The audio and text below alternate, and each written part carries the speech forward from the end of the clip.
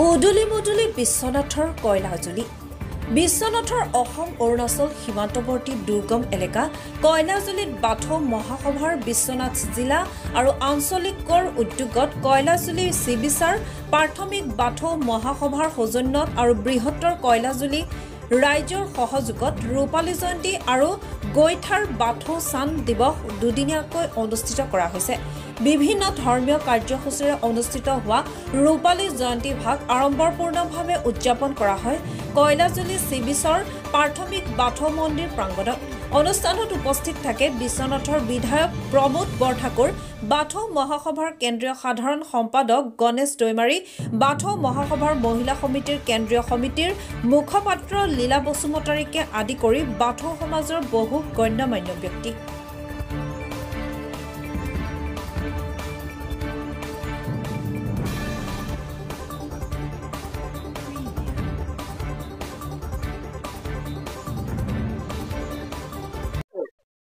অসমৰ থকা সকলো সমূহ ৰাইজ নিউজ পৰ্টেল শ্ৰোতাসকললৈ মোৰ আন্তৰিক শুভেচ্ছা জ্ঞাপন কৰিছোঁ। আজি গৈঠাৰ বাথৌ চান বড়োসকলৰ এটা ধৰ্মীয় পৰ্ব, ধৰ্মীয় অনুষ্ঠান। ইয়াৰ জৰিয়তে আমি সকলো আমাৰ বড়ো সমূহ ৰাইজক সেইটোকে ক'ব বিচাৰিছোঁ যে বাথৌ হ'ল বড়োসকলৰ আদি পূৰ্বপুৰুষৰ পৰা পুজি অহা এটা ধৰ্ম, আৰু সেই ধৰ্মৰ দ্বাৰাই আমি নিজৰ জাতিৰ পৰিচয়, নিজৰ সংস্কৃতি, নিজৰ ভাষা, সাহিত্য সকলোখিনি আমি ইয়াৰ দ্বাৰা আমি পাওঁ।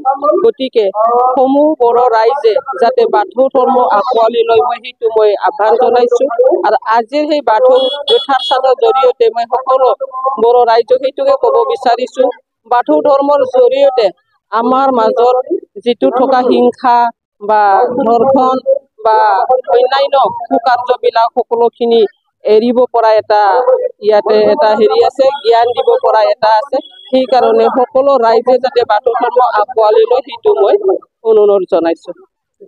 অসম চৰকাৰে যিটো আমাক স্বীকৃতি দিলে তাৰ কাৰণে আমি নথৈ আনন্দ।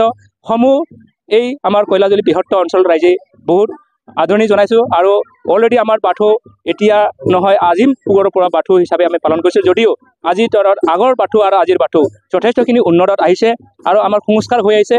সেইকাৰণে মই এটা বাৰ্তা দিব বিচাৰিছোঁ, এটা মেছেজ দিব বিচাৰিছোঁ সমগ্ৰ অসমলৈ।